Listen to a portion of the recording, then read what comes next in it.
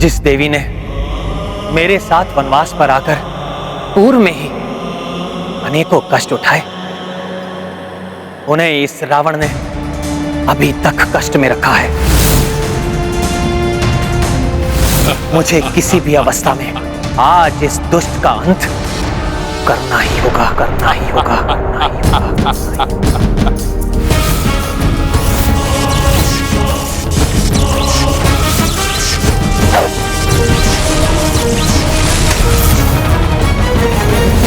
धर्म का है शूर, एक धर्मी और क्रूर, दोनों वीर देखो युद्ध में डटे, दोनों वीर देखो युद्ध में डटे।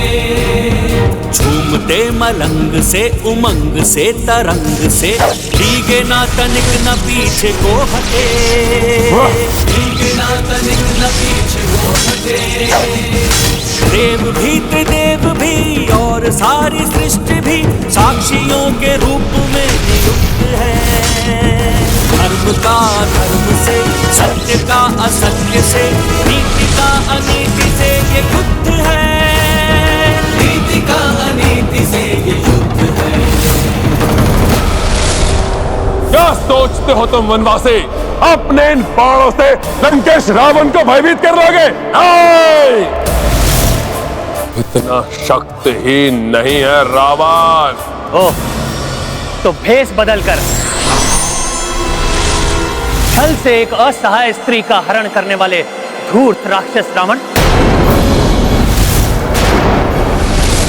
स्वयं को शक्तिहीन नहीं अपितु शौर्यवान समझता है।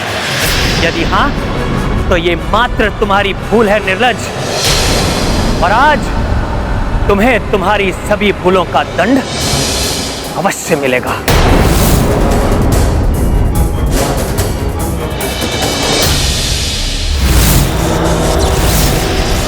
आज मेरे बाण तुम्हें जीवित नहीं छोड़ेंगे रावण।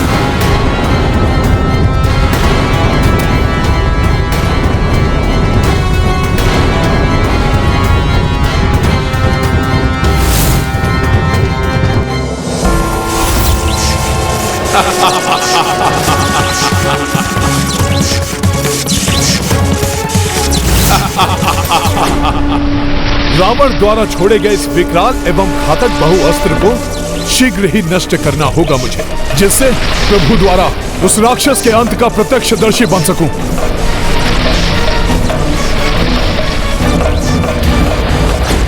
हे प्रभु धन्वंतरी जी, राम काज पूर्ण करने में मेरी सहायता कीजिए। अपने इस महाविकराल अस्त्र को निरस्त कीजिए प्रभु।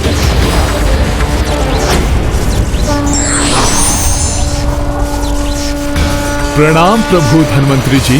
कल्याण हो।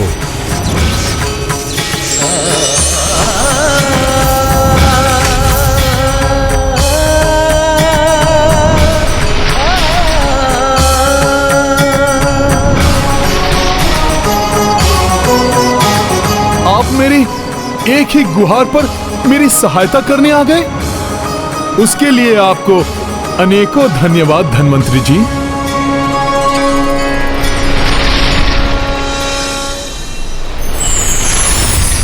अब तक ये अस्त्र वानर सेना को नष्ट करने के लिए समर्पित था, परंतु अब ये शीघ्र अतिशीघ्र अपने स्वामी के पास लौटने का इच्छुक है। मैं आपका कृतज्ञ हूं। आपने राम काज पूर्ण करने में मेरी सहायता की। मुझे मेरा अस्त्र लौटाने के लिए, उस अयोग्य अधर्मी रावण के प्रभाव से उसे मुक्त कराने के लिए धन्यवाद तो मुझे कहना चाहिए हनुमान। मैं तुम्हें आशीष देता हूँ। शीघ्र रावण की सुरक्षा करने वाली सभी शक्तियों का नाश करोगे तुम। धन्वंतरी जी किन शक्तियों का उल्लेख कर रहे थे? कौन सी शक्ति है जो अभी भी रावण की रक्षा कर रही है?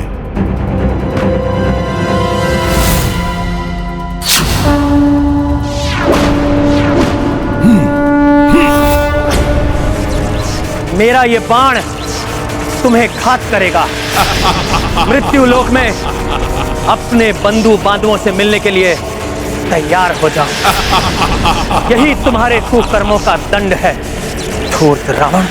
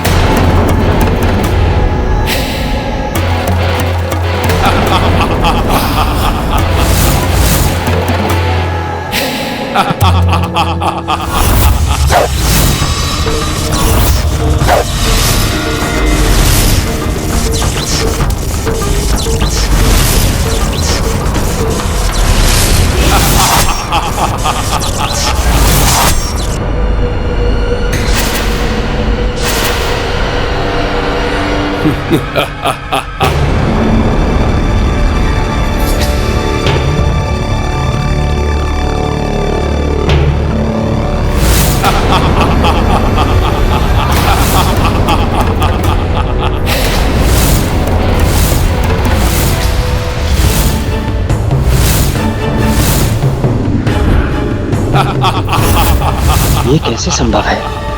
रावण का शीश कट जाने के पश्चात भी पुनः उसकी देह पर उसका मस्तक कैसे प्रकट हो रहा है?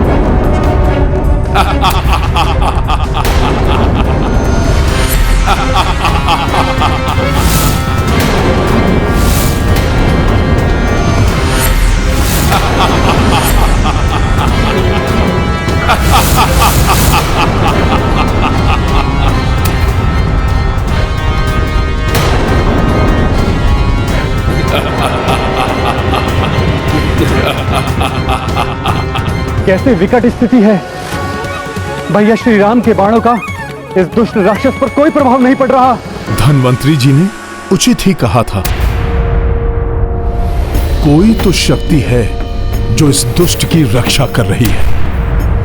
कोई नहीं मार सकता मुझे। रावण का वध कठिन ही नहीं, असंभव है।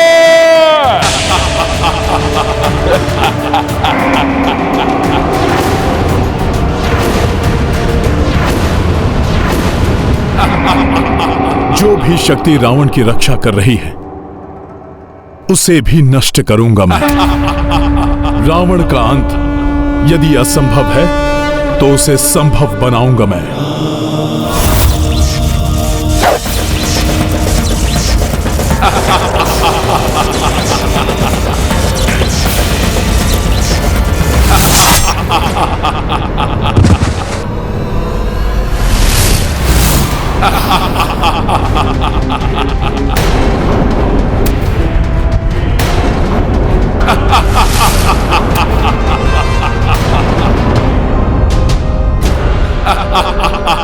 प्रभु के बाण इस प्रकार व्यर्थ हों और ये दुष्ट इस प्रकार अपने अट्टहास से उनका उपहास करे, ये मैं कदापि सहन नहीं कर सकता। तब तो आपको जाकर उस अमृत ताल को नष्ट करना होगा। हाँ हनुमान, उस अमृत ताल के प्रभाव के कारण ही प्रभु श्री राम के दिव्य बाणों से आहत होने के बाद भी रावण जीवित है। अमृतताल? किस अमृतताल की बात कर रहे हैं आप? लंका के दक्षिणी पूर्वी छोर पर एक गुप्त ताल स्थित है, जिसका इतिहास समुद्र मंथन के महान प्रसंग से जुड़ा हुआ है। समुद्र मंथन? देवताओं और असुरों ने मिलकर क्षीर सागर का मंथन प्रारंभ किया। हाँ, माता सरस्वती ने मुझे बताया था। देवताओं और दानवों के उस महामंथन के अंत में स्वयं धन्वंतरी जी अमृत कलश लेकर प्रस्तुत हुए थे, जिसको पाने के लिए देवताओं और दानवों में टकराव भी हुआ था। इस अमृत पर असुरों का नहीं, हम देवताओं का अधिकार है। और उसी समय जब देवताओं ने उन लालची राक्षसों से उस अमृत कलश को पुनः प्राप्त कर लिया, तो देवराज इंद्र ने उसे जयंत को चंद्रमा पर सुरक्षित रखने के लिए दे दिया। जयंत तुरंत ही उस अमृत कलश को अपने पंजों में दबाकर चंद्रमा की ओर बढ़ चले और निरंतर 12 दिनों तक सूर्यदेव, चंद्रदेव और शनिदेव की शरण में उड़ान भरते रहे। इसी बीच उस अमृत कलश से कुछ बूंदें छलककर नीचे गिर पड़ी और वो बूंदें लंका में एक ताल में जाकर गिरी, जो ताल पूर्णतः निर्जन स्थल पर स्थित था। उन बूंदों के गिरते ही वो ताल भव्य और मनोहर ताल में परिवर्तित हो गया और उसका पानी जीवन देने वाले अमृत के समान हो गया। और अवश्य ये बात शीघ्र रावण तक भी पहुंच गई होगी। रावण को यह ज्ञात होते ही उसने किसी का उसके समीप जाना ही निषिद्ध कर दिया और स्वयं नित्य उस ताल में स्नान करने लगा।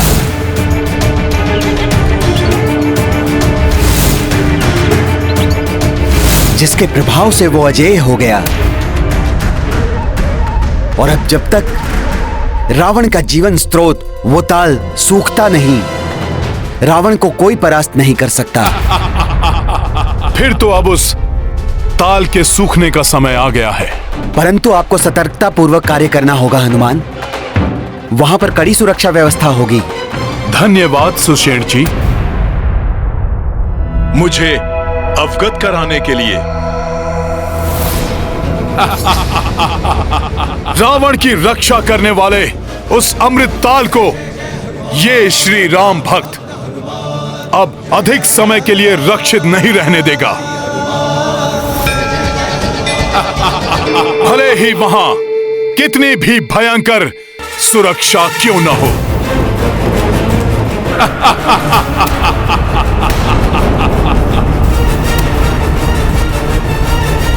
जय श्री राम।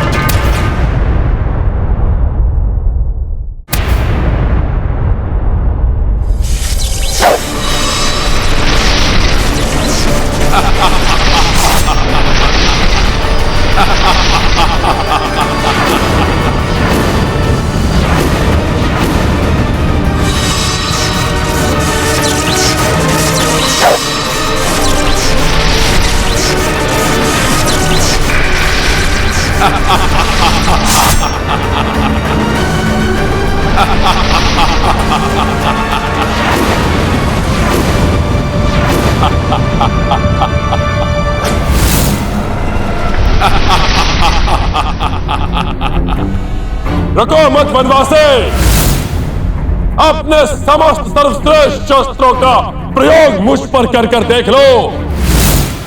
ये त्रिलोक विजेता दशानन रावण को तनिक भी हानि पहुंचा सकते हैं या नहीं?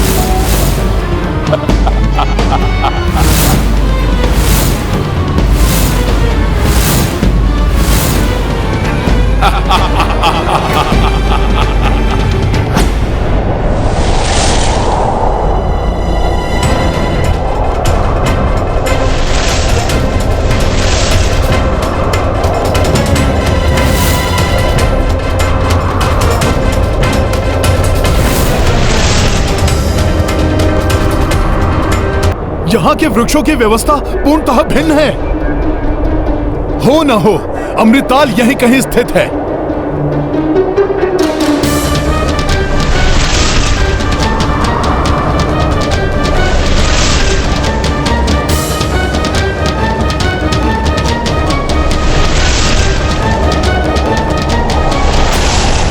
जय श्री राम, जय श्री राम।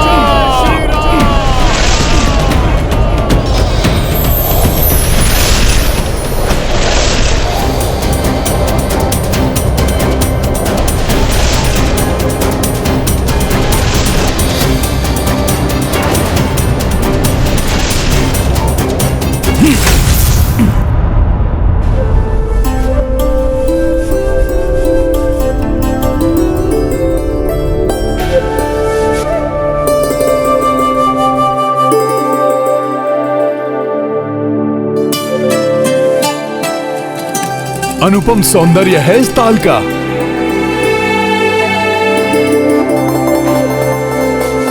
इस सघन वन में तो मात्र एक ही जलाशय है, परंतु फिर भी यहाँ पर एक भी पशु, पक्षी अथवा जल जीव नहीं, अर्थात उन वृक्षों के सिवाय अन्य भी कोई है यहाँ जो इस ताल की रक्षा कर रहा है। परंतु जो भी हो, मुझे तो शीघ्र इस ताल को नष्ट कर अपना कार्य पूर्ण करना होगा।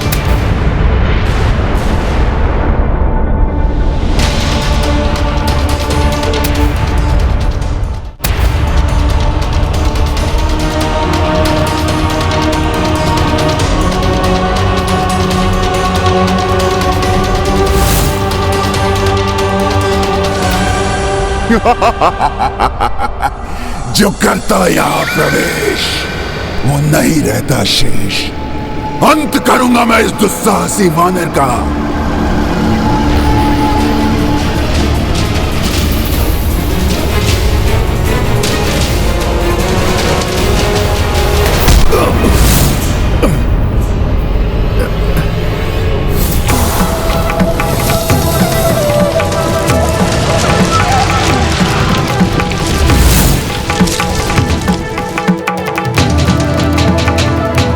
यहाँ आने की मूर्खता करने वाले वानर, अब तुम जीवित लौटने की आशा त्याग दो।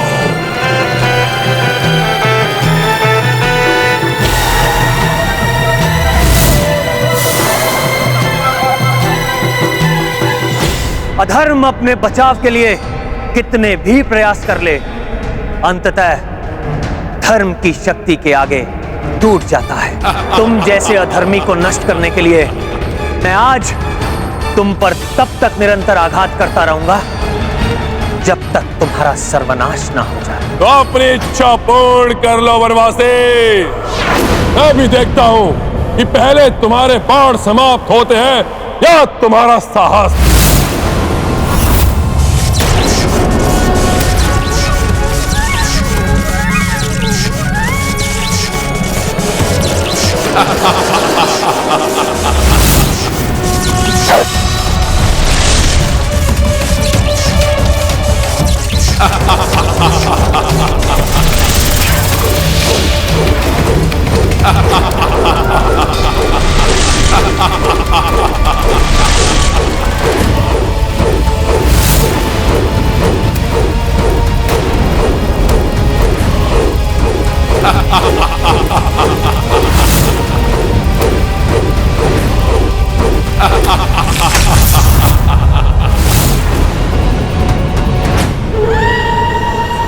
तुम ना तो यहाँ आने का अपना प्रयोजन सिद्ध कर सकोगे और ना ही यहाँ से लौट सकोगे।